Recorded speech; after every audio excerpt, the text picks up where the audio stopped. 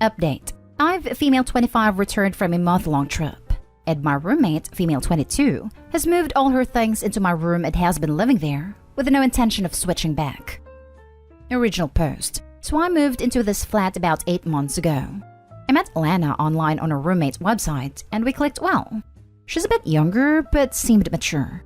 We quickly agreed to be roommates as both of us were under time constraints to find a place to live, but have got on really well so far, up until this. Our flat is a 2-bedroom, and to be frank, my room is clearly the better one. It's bigger and has built-in wardrobes. When looking for the flat, I found a place first on my own and put down a deposit to take it off the market while I found another roommate.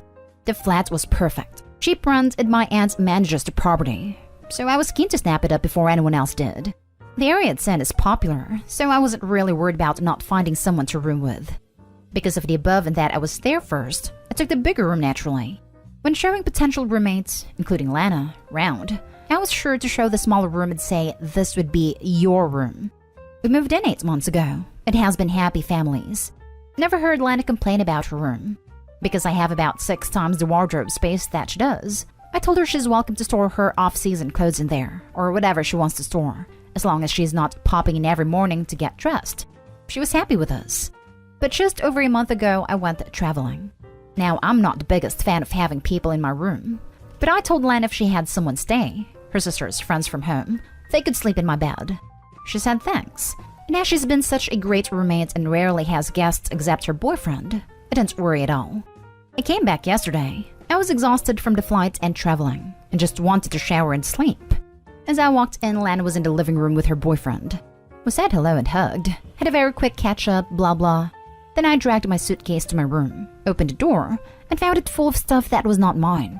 I kind of yelled, "What the hell?" and briefly thought I was so jet-lagged I was confused, but opened the door to Lana's room and saw all my stuff. I walked into the living room and asked Lana what was going on, and she said, "Oh, sorry, I forgot to mention. I put my stuff in your room just because it's bigger and you weren't here and you said I could use it." I was honestly so tired I could have passed out then, so I probably wasn't in the best state, and told her to move it all back immediately. She said they were in the middle of making dinner and I looked tired, so I should have some sleep. Her boyfriend then said, "And anyway, you pay the same rent, so isn't it fair that you both get a big room at some point?"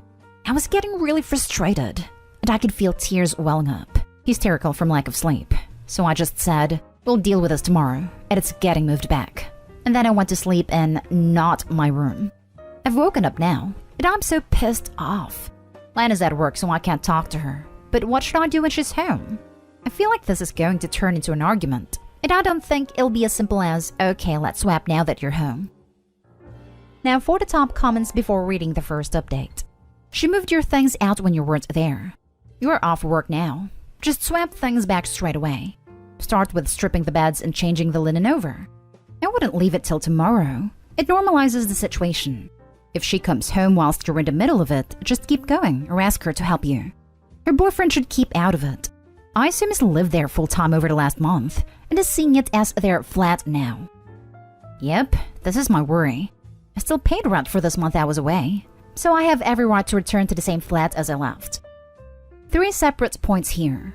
1. They shouldn't have touched your stuff or moved rooms. Reverse that while they're at work. Just do it right now. Also, get a lock. 2. An even rent split with uneven rooms isn't fair. Even she has no room to complain because she knew that going in.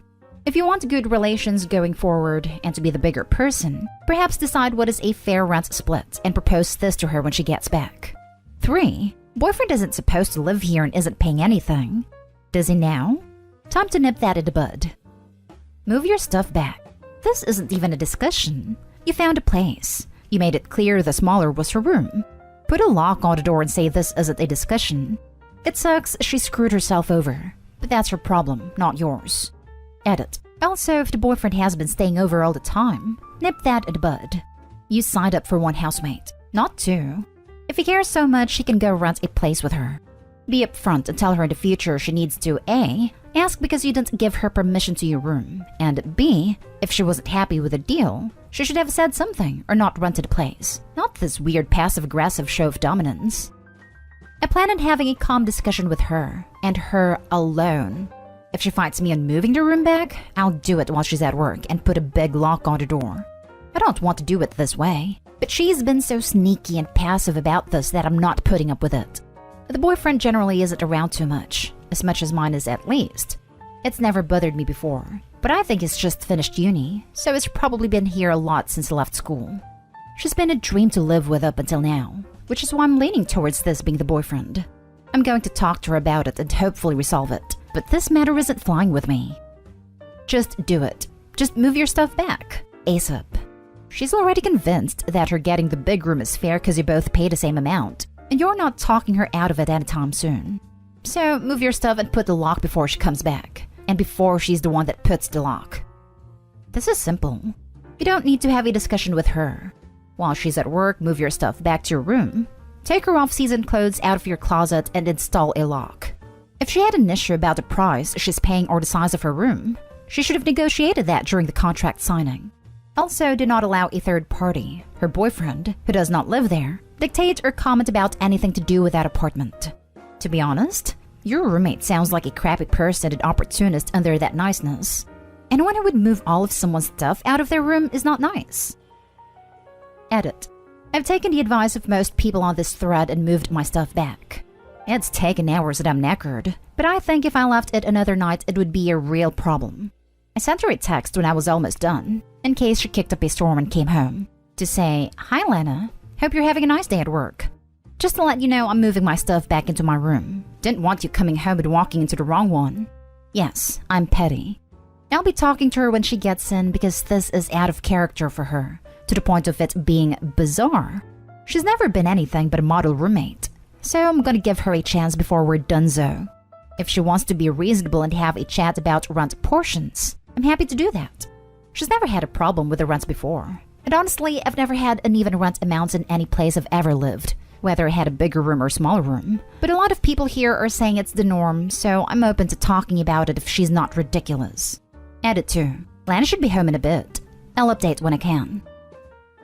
And now for the first update.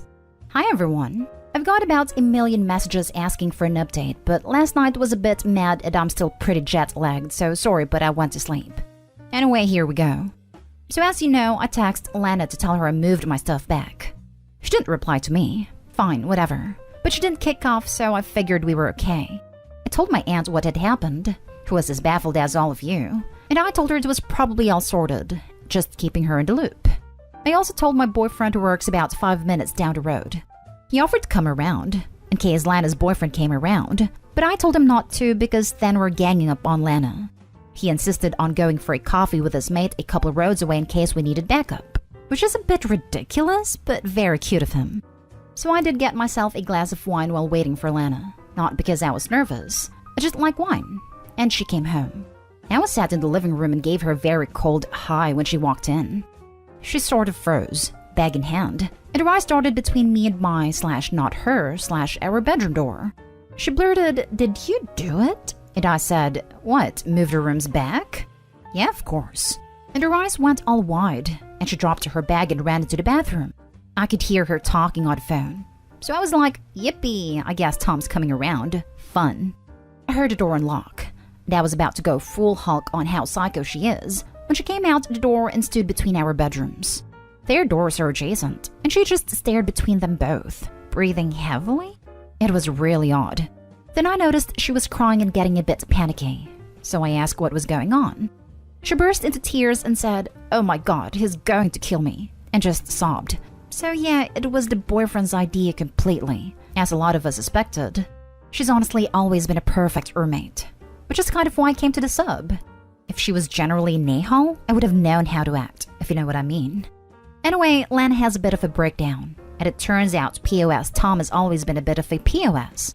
Very jealous, which I always saw hints of, but Lana never mentioned, so I didn't. It has amped up his POS-ishness while I've been away. When I left, he just finished school, and basically moved in and announced. And when she'd mentioned he hasn't been home in days, he'd give her the, "What, don't you love me? I treat you so well. You're so selfish, blah blah, crap," and refused to move. She showed me the text he sends her. Absolutely horrific stuff. Things like, "Ring me in the next 5 minutes or we're over. Send me a picture of you at your desk with something showing today's date so I know you're at work." Just abusive stuff. On to the room. As we guessed, he moved it. He did it while she was at work, which is actually a bit gross thinking of him going through my stuff. And I'm considering somehow implying he have crabs or something he could catch just to make him squirm a bit. But I'll work on it. Lana came home and asked what he was doing, and he made it out it was just temporary and that I wouldn't mind. Such a gentleman speaking on my behalf, and he would move it back. And that he was doing it for her and she was so selfish, etc. When it got a few days before I came back, Lana suggested moving it back, and he completely denied he said that, and told her it was her idea to move it. And he only did what she told him, but it's staying now, or she'd be sorry. So basically, Tom is a prick. And Lana sobbed and apologized and cried, and I fed her wine. She didn't want to see Tom, who obviously assumed he lived there now. So I texted him from her phone saying our landlady, my aunt, was coming around for an inspection and staying for dinner after with my family, and he couldn't come over tonight. He sent a lot of begging, whiny texts, and then went on the offensive and called Lana a liar. So I rang my aunt, explained everything, and had her write us a fake landlord email mentioning the visit and how she was looking forward to fajitas because she's an absolute babe and I make good packet fajitas, which we forwarded on to Tom, and left her alone for the rest of the night, apart from a few texts. I'm not entirely sure what we'd do about Tom. Lana sounds like she wants to break up, judging from her crying and screaming, I hate him, I hate him, I hate him into her wine. I think she's scared too though. I checked with her and he doesn't have a key, so that's a relief. I've told my aunt everything and she said she's happy to ban him from that flat, but Lana would need to break up with him first and get all that sorted. Thanks everyone for the advice. I know it wasn't the most popcorny update, but hopefully Lana will be okay, and we're going to be doing some girly stuff this week at avoiding Tom. And yeah, God knows what will happen. And now for the second update. Hi everyone. It's been a busy month since my last post, and I logged back into this account out of curiosity and saw quite a few people message me requesting an update. So here we are. Sorry it took so long, but things have calmed down now. So shortly after my last post, Lana broke up with Tom. She was quite scared to do it because he's a psycho, and it took 2 weeks between the last post and the actual breakup. During that time, she didn't let him come around or see her. Luckily, she remembered that Tom had never had chickenpox as a kid, so we pretended my nephew had caught chickenpox and had to stay with us because my brother's wife had never had it and couldn't risk getting shingles. It worked luckily, and he stayed away. She told her family and close friends about what it'd been like, in case he contacted them to get in touch with her and lied about what happened, and then texted him saying she wanted to break up. Well, he blew the hell up. Called her every name under the sun, switched back to apologizing and saying she was the love of his life, then said she'd never find someone like him, then he would die without her, then he wanted to end her, and then they were soulmates. It was insane. He started messaging me too, telling me I was an evil witch who had ruined his perfect wife. Lol, okay then. And as predicted, her family and friends got messages too. We both turned our phones off to ignore it and just watched TV. Later, I briefly switched mine on, where I had a lot of messages from my friends telling me to block some guy in my social media. It was Tom calling me every imaginative combination of the C word he could think of all over my public Instagram page. There were even a few racial slurs, which was odd because we're both white, but okay. Lana had already blocked him and everything, but silly me forgot to make my Insta private. The next day, he rang Lana's office. She was so embarrassed, it was awful, to tell her he was driving down to our flat. She rang me and I rang my aunt, who you remember manages the property, who told us it was time to call the police. We filed a report about Tom. They said to update us on the situation. In the UK, you need to go to court to actually get a restraining order, so we have it as such. But the evidence is all there and documented if we need to go that far. The police rang Tom, at our request, told him they'd seen the messages and to turn his car around, because if he turned up at our door, he'd be arrested. Police officers here are amazing, can I just say. Tom managed to poop himself hard enough to not show up after that. So we were fine for a week. Then the post came. Tom started sending letters, threats and soppy I love you stuff, flowers, then a pizza that we had to pay for. We were actually hungry, so we ate it. He even signed us up to a magazine subscription. It was bizarre. We went to the police again. They filed everything, but Lana didn't want to go to court. I don't blame her as she was incredibly stressed by the whole thing. So 2 weeks ago, I took my aunt and my mother out to dinner. I told them both about the situation, and my god, as if an aunt had an idea. She manages about 30 properties, not just the one we live at, as I had a few that were unoccupied now, with school finishing. She told me she would show us around all the 2 bedrooms she had, and we could live in any of them for the same rents we pay now, and just transfer over our deposit/fees as long as there were no damages to deduct and we helped do a deep clean to get it ready for the next tenant. We found one within a 5-minute drive that's just as lovely, and to anyone concerned about the previous rent dispute, has equal-sized bedrooms. So we moved, which is why the last 2 weeks have been manic, but we're settled in now. Tom has been informed that we've moved, because the stuff he sent since has been returned. Lan and I are completely no contact with him, and anyone who visits us is sure not to pass on our address to Tom. Also, I apologized to Lan about the issue with paying the same amounts of rent. She said she never had a problem with it, and said that that's how she had always done it through uni and with other roommates.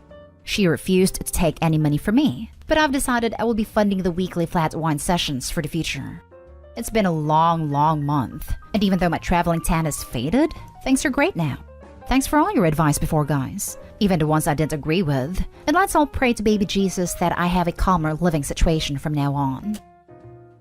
Wow, what a fantastic outcome for everyone involved. I mean, obviously trauma from Tom's idiocy and harassment, but now that nitwit is on police notice, you and Lana have a nice new flat with equal footing. And it sounds like you've formed a real bond over this, whereas your previous post was typical roommate entitlement issues combined with a crap boyfriend. It both escalated and got better. Much luck to you and Lana living in the future. You've been a great friend to her. Your aunt definitely deserves some good wine sessions too. We're taking my aunt out for dinner next month. This update was so satisfying to read. You guys did great. I cracked up when I read a magazine subscriptions part. Dude was a loon. You were a really good egg in this situation. I'm glad it's turned out for the best. Thank you. I'm so happy it's all calmed down now.